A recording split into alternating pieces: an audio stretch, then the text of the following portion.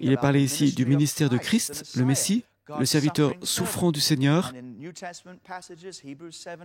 Et dans les passages du Nouveau Testament, Hébreux 7, 25 et Romains 8, 34, nous découvrons que l'œuvre principale de Jésus aujourd'hui, alors qu'il est assis à la droite du Père, c'est d'intercéder pour nous jour et nuit. Maintenant, le quatrième mot hébreu que nous allons voir est sha'al, qui signifie demander. C'est un mot utilisé dans l'Ancien Testament pour décrire les occasions où quelqu'un prie, par exemple, pour un besoin particulier, par exemple lorsque les gens ont besoin de la grâce de Dieu, ou de la délivrance, ou qu'ils ont besoin d'une information, d'une direction de la part de Dieu. Ce mot a d'abord été utilisé pour la prière dans Josué 1.1 et Juge 1.1, où il est écrit « Après la mort de Josué, les enfants d'Israël consultèrent l'Éternel en disant « Qui de nous montera le premier contre les Cananéens pour les attaquer ?» Ils ressentaient donc ce besoin de demander la direction, consulter Dieu, parce que le grand et vaillant leader Josué était mort. Alors, qui allait maintenant conduire les armées d'Israël?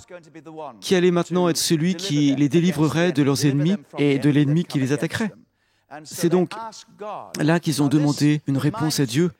Cela vous rappelle que lorsque vous êtes dans une situation où vous avez un besoin particulier, votre réaction instinctive devrait être de crier à Dieu en lui demandant sa grâce et sa miséricorde. Nous trouvons là encore dans tout l'Ancien Testament que les gens ont consulté Dieu dans toutes sortes de situations et que Dieu leur a appris à lui demander. Il est dit dans 1 Roi 3, verset 5, « À Gabaon, l'Éternel apparut en songe à Salomon pendant la nuit, et Dieu lui dit, « Demande ce que tu veux que je te donne. » Dieu suggère donc ici à Salomon de lui demander. Dieu veut donc que vous lui demandiez. Il vient simplement vers vous en vous disant « Mais s'il te plaît, demande-moi. » Je ne sais pas si vous vous rappelez du psaume 2, verset 8. Je vous le cite, « Demande-moi et je te donnerai les extrémités de la terre pour héritage. » Maintenant, lorsque Dieu vous demande de lui demander, il veut que vous lui fassiez de grandes demandes. Ce sont ici dans ce psaume les paroles que Dieu le Père a mises sur les lèvres de Dieu le Fils, afin que Jésus-Christ intercède pour les nations du monde. Et lorsque nous nous conformons à la volonté de Jésus dans son intercession, nous découvrons que nous allons prier exactement les mêmes choses, afin que nous prions ce que Jésus est en train lui-même de prier pour les nations de la terre. Et donc Dieu lui dit, « Demande-moi et je te les donnerai. » Donc, quand Dieu nous appelle à demander, il nous appelle à demander de grandes choses, mais aussi des petites choses. En fait, il n'y a rien de trop grand, rien qui soit au-delà des capacités de Dieu pour qu'il ne puisse le résoudre. Et il n'y a rien de trop petit au point que Dieu ne s'en préoccupe pas parce qu'il serait trop grand pour cela. Bien au contraire. Maintenant, ce type de prière se prolonge dans le Nouveau Testament. Jésus dit dans Luc 11, verset 9, « Demandez et il vous sera donné. Cherchez et vous trouverez. Frappez et l'on vous ouvrira. » Et de nouveau, dans Jean 14, verset 13, il est dit « Tout ce que vous demanderez en mon nom, je le ferai. » afin que le Père soit glorifié dans le Fils. Nous voyons ainsi à quel point Dieu prend ces choses au sérieux. Il veut que nous apprenions à demander. Le mot suivant que nous voyons est le mot « shala », qui signifie « supplier ». En hébreu, c'est une phrase inhabituelle qui signifie littéralement « adoucir la face de Dieu » ou rendre la face de Dieu plaisante ou douce.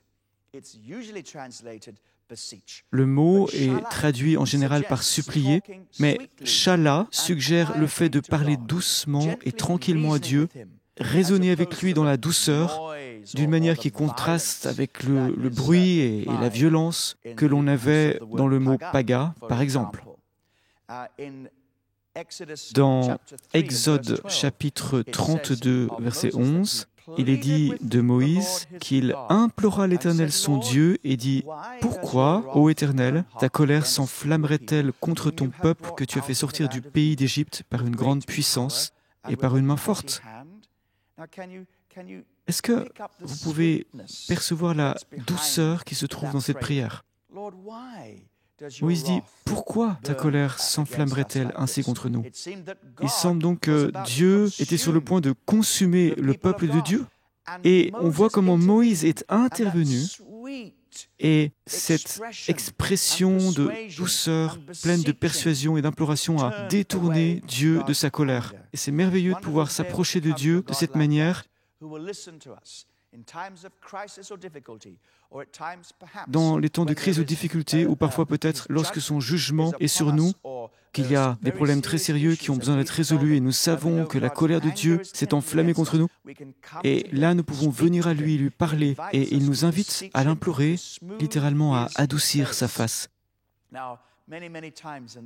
Ce type de prière se trouve très souvent dans les Écritures. Dans Malachie, chapitre 1, verset 9, il est dit « Et maintenant, implorez donc Dieu pour qu'il nous fasse grâce. C'est de vous que cela vient. Est-ce qu'il va vous faire bon accueil, dit l'Éternel des armées. » Donc, Dieu ici confronte le peuple du temps de Malachie concernant le péché de la nation, le péché qui se trouvait dans le cœur du peuple de Dieu, et il leur dit « Ok, réglez ce péché, débarrassez-vous de ce péché et commencez à implorer le Seigneur, à lui parler avec tendresse, à lui parler, à le persuader. Soyez doux dans votre manière de prier et vous pourrez ainsi détourner sa colère par votre repentance et par votre humble prière. » Et donc, ce genre d'association entre la prière et l'imploration est développé dans toute la Bible. C'est pourquoi nous lisons parfois que la prière est comme l'encens, c'est-à-dire ce doux parfum qui monte vers Dieu. Par exemple, dans le psaume 141, verset 2, il est dit « Que ma prière soit devant ta face comme l'encens, et l'élévation de mes mains comme l'offrande du soir. » Et vous verrez dans les versets de votre guide d'études que ce thème est développé dans toute la Bible jusqu'à l'Apocalypse, où nous trouvons que les prières des saints sont considérées comme de l'encens devant le trône du Père. Nous en arrivons maintenant à un autre mot, Zaak, qui signifie crier à. L'Ancien Testament utilise cette expression pour décrire la prière lorsque Dieu nous demande de corriger ou lorsque nous demandons à Dieu de corriger quelque chose qui ne va pas dans notre vie. Dans un moment de crise où nous avons besoin d'être libérés d'un problème, nous crions à Dieu. Et nous trouvons très souvent dans la Bible des moments où les enfants d'Israël ont crié à Dieu.